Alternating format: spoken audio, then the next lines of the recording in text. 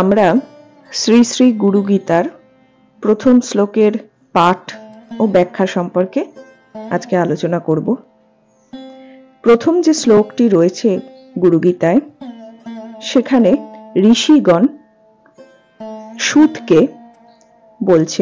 সুতকে উদ্দেশ্য করে বলছেন, গুহ্যাদ গুহ্যতরা বিদ্যা গুরু গীতা বিশেষতঃ তৎপ্রসাদাদ্ভি শ্রোতব্যা তৎ সর্বং ব্রূহি মে সূত। অর্থাৎ, হে সূত, অপাত্রে দান করিতে নাই বলিয়া বিদ্যা মাত্রই গোপনীয়। তন্মধ্যে আত্মবিদ্যা গুহ্য হইতে গুহ্যতর, অর্থাৎ অধিকতর গোপনীয়। কারণ বিরোচনাদির ন্যায় ভুল বুঝিলে উহা যে কেবল নিজের অমঙ্গল করে তাহা নহে, জগতের অশেষ অশুভের কারণও হয়। সেই আত্মবিদ্যা গুরু গীতার শ্রবণ বা পাঠ দ্বারা উদিত হয় বলিয়া উহা অর্থাৎ গুরু গীতা বিশেষভাবে গুহ্যতম। তাই এই গুরু গীতা আপনার প্রসাদে আপনার নিকট হইতেই শ্রবণ করা উচিত। কারণ গুরু যে কি অমূল্য রত্ন, তাহা আপনি ব্যতীত আর অধিক কে বুঝিয়াছেন। যেহেতু আপনি জাতিতে সুত হইয়াও একমাত্র গুরু কৃপা বলে ঋষিমুনিদের নিকটও ইতিহাস পুরাণাদির ব্যাখ্যাতা হইয়াছেন, আপনি আমাদিগের নিকট সেই সকল অর্থাৎ সেই গুরু গীতা সবিস্তারে বলুন। এখানে আমরা শুনতে পাচ্ছি সেটা হচ্ছে, বুঝতে পারছি যে ব্যাখ্যা থেকে, যে সুত এবং মুনি ঋষিদের মধ্যে কথোপকথন, সেটি গুরু গীতা বিভিন্ন শ্লোকের মধ্য দিয়ে উঠে এসেছে। সুত অর্থাৎ ব্যাস শিষ্য সুত, যিনি জাতিতে সুত হয়েও বিশ্বব্রহ্মাণ্ডে সর্বজন বিদিত এবং সর্বজন পূজ্য হয়েছিলেন।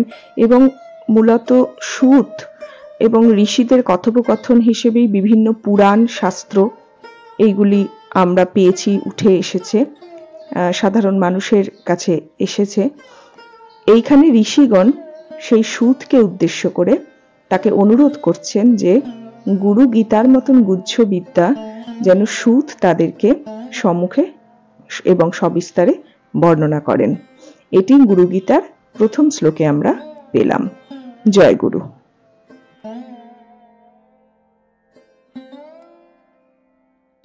আজ আমরা গুরু গীতার দ্বিতীয়, তৃতীয় ও চতুর্থ এই তিনটি শ্লোক পাঠ এবং তাদের ব্যাখ্যা সম্পর্কে জানব। সুত বলিলেন, কৈলাস শিখরে রম্যে ভক্তি সাধন তৎপরা প্রণম্য পার্বতী ভক্ত্যা শঙ্করং পরিপৃচ্ছতি। নমো নমো দেব দেব পরাৎপর জগৎগুরো সদাশিব মহাদেব গুরু গীতাং প্রদেহি মে। কেন মার্গেণ ভোঃ স্বামীন দেহি ব্রহ্মময়ো ভবেৎ তাং কৃপাং কুরু মে ব্রহ্মণ নমামি চরণন্তাব।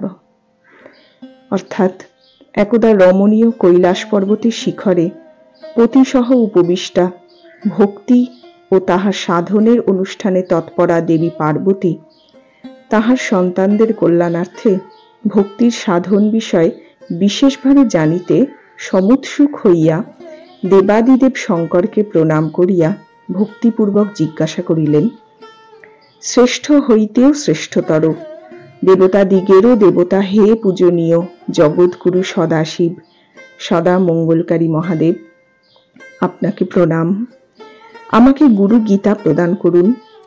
কোন সাধন মার্গ অবলম্বন করিলে হে স্বামীন দেহি, যে জীব নিজেকে দেহ বলিয়াই জানে শুধুমাত্র, সে ব্রহ্মময় হইয়া যায়, অর্থাৎ ব্রহ্মস্বরূপ প্রাপ্ত হয়। হে ব্রহ্মণ, আমাকে সেই সাধন মার্গ প্রদর্শন রূপ কৃপা করুন। আমি আপনার চরণ যুগলে বারংবার প্রণাম করি। অর্থাৎ এইখান থেকে এই 2, 3 এবং 4 এই তিনটি শ্লোক থেকে তার ব্যাখ্যা স্বরূপ আমরা যা জানতে পারি, যে পার্বতী এখানে কৈলাসে উপবিষ্ট মহাদেবকে, ভগবান শিবকে, তাকে প্রার্থনা করছেন যে আপনি আমাকে গুরুতত্ত্ব ব্যাখ্যা করে গুরু গীতা প্রদান করুন, যে গুরু গীতা প্রধানত জগতের মানুষের কল্যাণের জন্য ব্যবহৃত হবে ভবিষ্যতে। কারণ সেখানেই সাধন বিষয়ে বিশেষ গূঢ় তত্ত্ব দেওয়া আছে বা জানা যাবে সেখান থেকে, যা পরবর্তীকালে গুরু শ্রীমুখে বর্ণিত হবে শিষ্যের কাছে।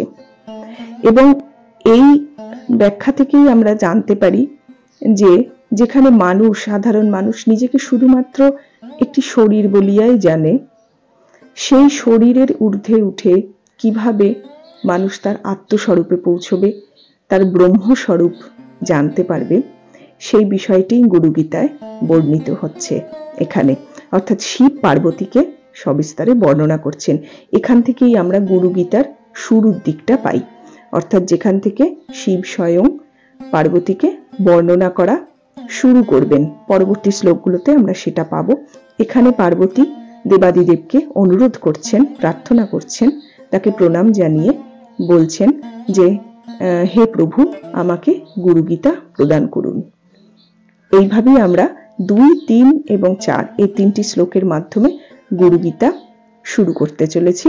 পরবর্তী শ্লোকগুলোতে আমরা দেবাদিদেব মহাদেবের মুখ নিঃসৃত গুরুগীতা এবং তার ব্যাখ্যা সম্পর্কে জানতে পারব। জয় গুরু।